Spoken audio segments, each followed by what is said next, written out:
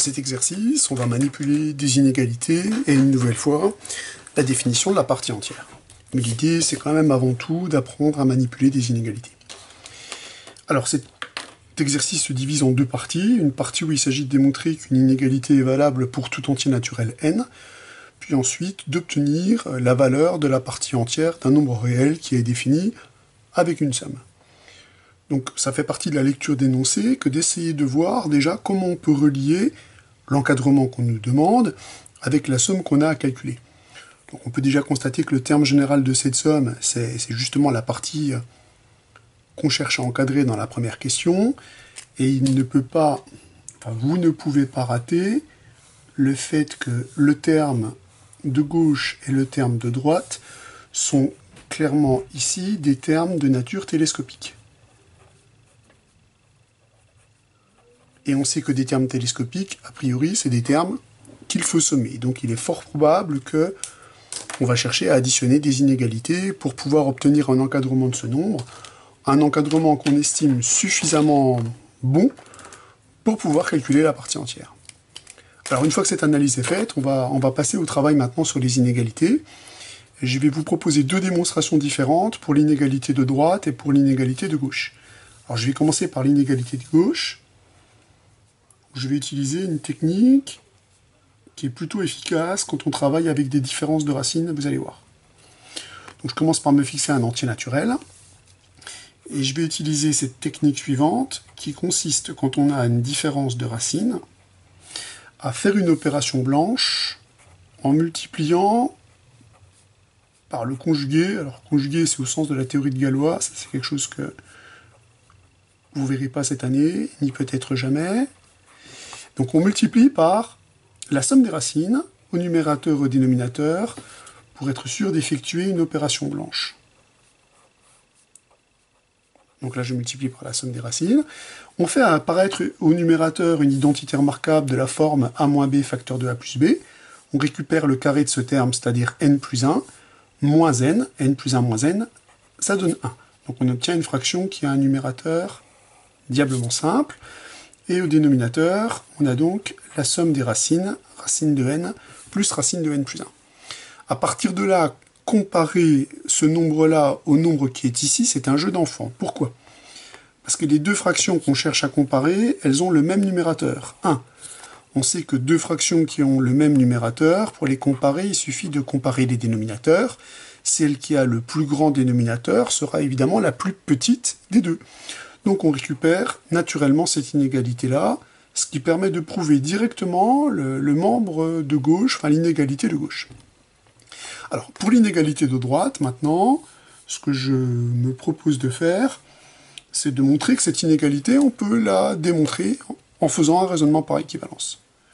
Donc je vais considérer l'inégalité qu'on a à démontrer. Et je vais démontrer que cette inégalité-là est équivalente à une inégalité qui est toujours vraie. Alors pour ça, je vais commencer par multiplier chaque membre de cette inégalité par le dénominateur, pour éliminer les dénominateurs. Donc on va récupérer 2n moins racine de n fois racine de n moins 1. Je vous rappelle que les racines, c'est des puissances, donc c'est multiplicatif. Donc la racine de a fois la racine de b, c'est la racine de ab. Donc là, on va récupérer racine de n carré moins n. Pour poursuivre, on sait qu'on a intérêt à regrouper les termes qui se ressemblent, donc on a intérêt à isoler les racines dans un membre. Je vais donc isoler racine de n carré moins n dans le membre de gauche, et mettre 2n moins 1 dans le membre de droite. Là, j'ai envie de supprimer les racines. Pour supprimer les racines, il faudrait travailler au carré. Or, ce nombre-là est clairement un nombre réel positif, et lui est un nombre réel positif, puisque n est un entier supérieur ou égal à 1. Or, on sait que la fonction qui a x associe x carré, cette fonction-là, elle croît strictement sur R+, et donc l'inégalité qui est ici est équivalente à l'inégalité des carrés. Je crois que j'ai oublié un facteur 2 ici. Voilà, ça met comme ça. Donc si j'élève au carré chaque membre de cette inégalité, je vais récupérer 4 facteurs de n carré moins n, donc en distribuant le 4, 4n carré moins 4n, strictement plus petit que le carré de ce terme-là, qui, en développant l'identité remarquable, nous amène à ceci. Or, cette inégalité-là, elle est équivalente à 0 plus petit que 1. Or, il est manifestement clair que 0 est strictement plus petit que 1. Donc, la valeur de vérité de cette inégalité, elle est toujours vraie, et ceci pour n'importe quel entier naturel n. On en déduit donc que si cette relation est vraie, on obtient donc l'inégalité qui est ici. Donc, on peut donc conclure que 1 sur racine de n est bien plus petit que racine de n moins racine de n moins 1. Alors, vous pouvez essayer de démontrer la première des inégalités en raisonnant par équivalence, ça fonctionne de la même manière, ou la deuxième inégalité, en raisonnant avec l'expression conjuguée, ça fonctionne exactement de la même façon. En tous les cas, on vient de démontrer, je vais juste changer le nom d'un variable pour préparer un peu la somme qui suit, on vient de démontrer que pour tout entier naturel k non nul, on a donc racine de k plus 1 moins racine de k, qui est plus petit que 1 sur 2 racine de k, qui est plus petit que racine de k moins racine de k moins 1. Voilà ce qu'on vient de démontrer. Alors, maintenant, on va s'occuper de calculer la partie entière de ce nombre réel. Alors pour ça, vu l'encadrement qu'on vient d'obtenir, ça paraît assez naturel d'additionner des inégalités, ces inégalités en prenant en compte le fait que les deux termes qui sont ici sont des termes télescopiques. Donc on additionne les inégalités, on sait qu'on peut toujours additionner des inégalités de même sens. Donc on additionne les inégalités. Je vais simplement indiquer comment varie k. K, ça va simplement être un entier qui est compris entre 1 et 10 à la puissance 4, 1 et 10 000, hein, qui sont les termes que je vais récupérer ici. Et donc on va récupérer que la somme pour k variant entre 1 et 10 000 de 1 sur 2 racines de k est comprise entre bien, la somme télescopique de droite et la somme télescopique de gauche. Somme télescopique qu'on s'éclore. Donc on va calculer la somme de droite et la somme de gauche. Ici, on récupère l'entier qui nous intéresse, hein, enfin l'entier, pardon, le nombre réel qui nous intéresse, puisque 1/2 se factorise de la somme. Donc on obtient un encadrement du nombre dont on a à calculer la partie entière. On obtient un encadrement de ce nombre-là. Alors il suffit de clore la somme télescopique. On sait que le plus grand indice va fonctionner avec le plus grand, donc on va récupérer racine de 10 à la puissance 4, c'est-à-dire 10 à la puissance 2, c'est-à-dire 100. Et ici on va récupérer racine de 0, c'est-à-dire 0. Dans la partie à gauche, on va récupérer la racine de 10 à la puissance 4 plus 1, c'est-à-dire de 10 001, moins la racine de 1 qui est égale à 1. Donc on récupère cet encadrement.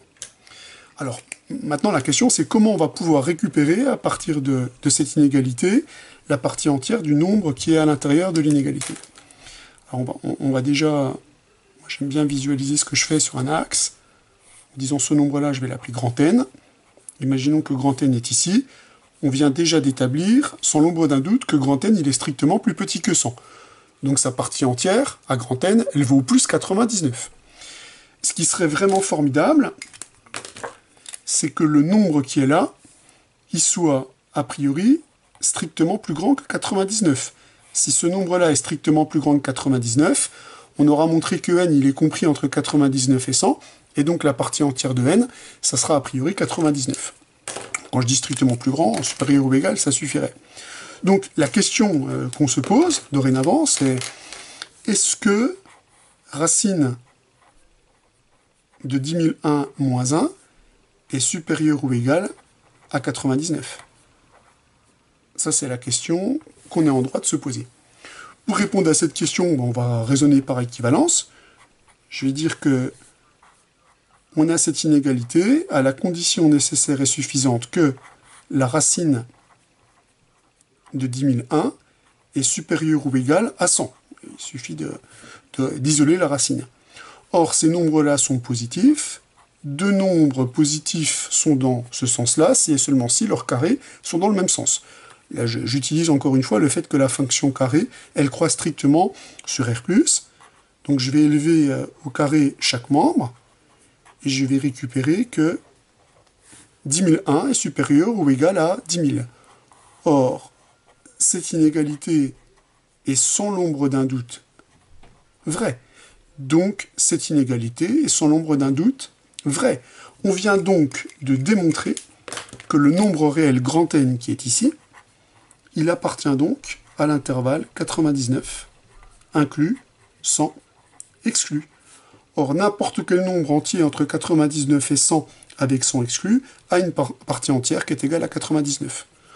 On peut donc finalement conclure que la partie entière de 1 demi de la somme pour k variant de 1 à 10 000 de 1 sur racine de k, eh bien cette partie entière, elle vaut 99.